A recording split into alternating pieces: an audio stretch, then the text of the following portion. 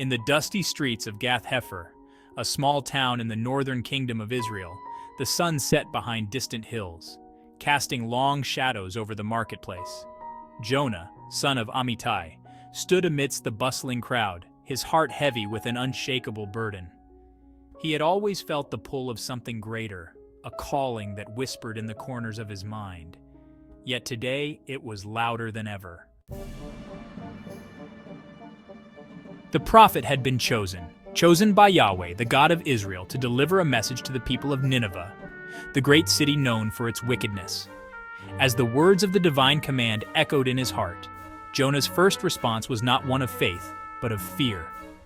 They were a cruel people, he thought, notorious for their brutality and their disdain for Israel. Surely his message would not be welcomed. The sun dipped below the horizon, and the bustling market began to quiet down. Jonah retreated to his modest home, a small dwelling adorned with simple furnishings. Though he longed for rest, thoughts of his imminent journey troubled him. He had heard tales of Nineveh, stories filled with treachery and bloodshed. It was one thing to speak to his fellow Israelites, but to confront the heart of Assyrian power seemed an impossible task. As he sat in the dim light of his home, Jonah made a decision. If I flee, perhaps they will not find me, he thought. Without a moment's hesitation, Jonah packed a small satchel with provisions and set off toward Joppa, determined to board a ship bound for Tarshish, the farthest corner of the known world. He would escape the calling and, in doing so, escape the heavy weight of prophecy. Upon reaching the port, Jonah's heart raced with anxiety, but he was resolute.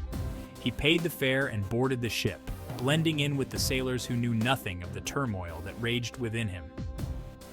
As the ship pulled away from the dock, Jonah felt a fleeting sense of relief.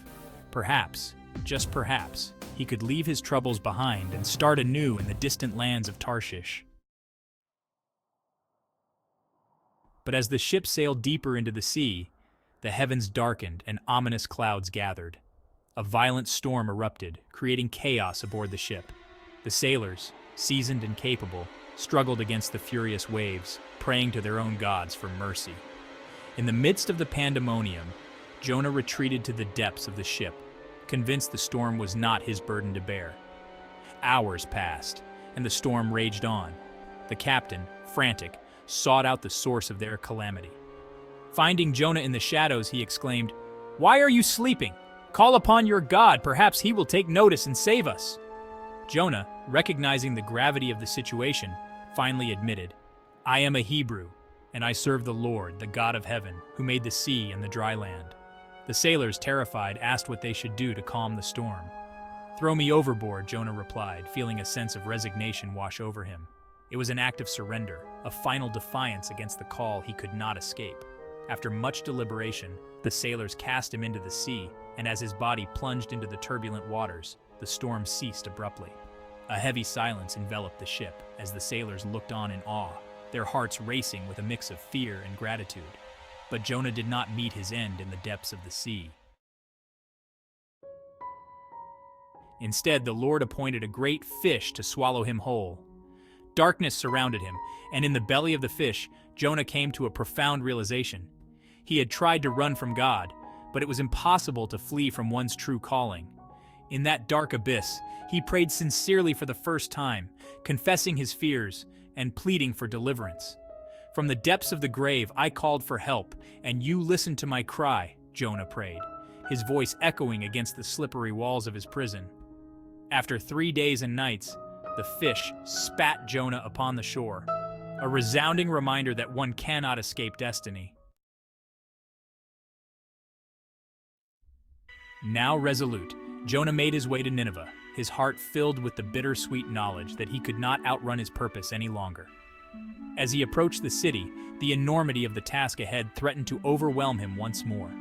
But recalling his time in darkness, he stopped, squared his shoulders, and stepped into the vibrant chaos of the marketplace.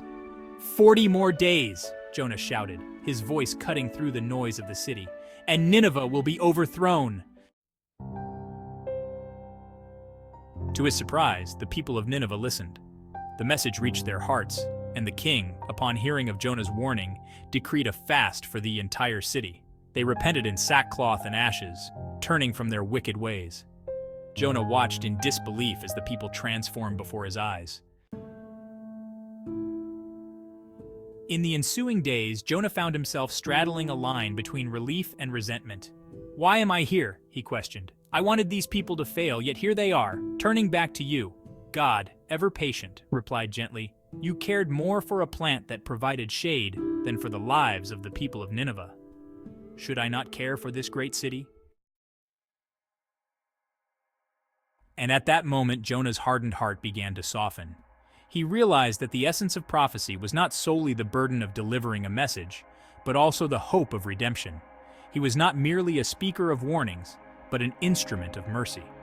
As Jonah returned home, he reflected on his journey, a reluctant prophet transformed by the trials of storm and sea.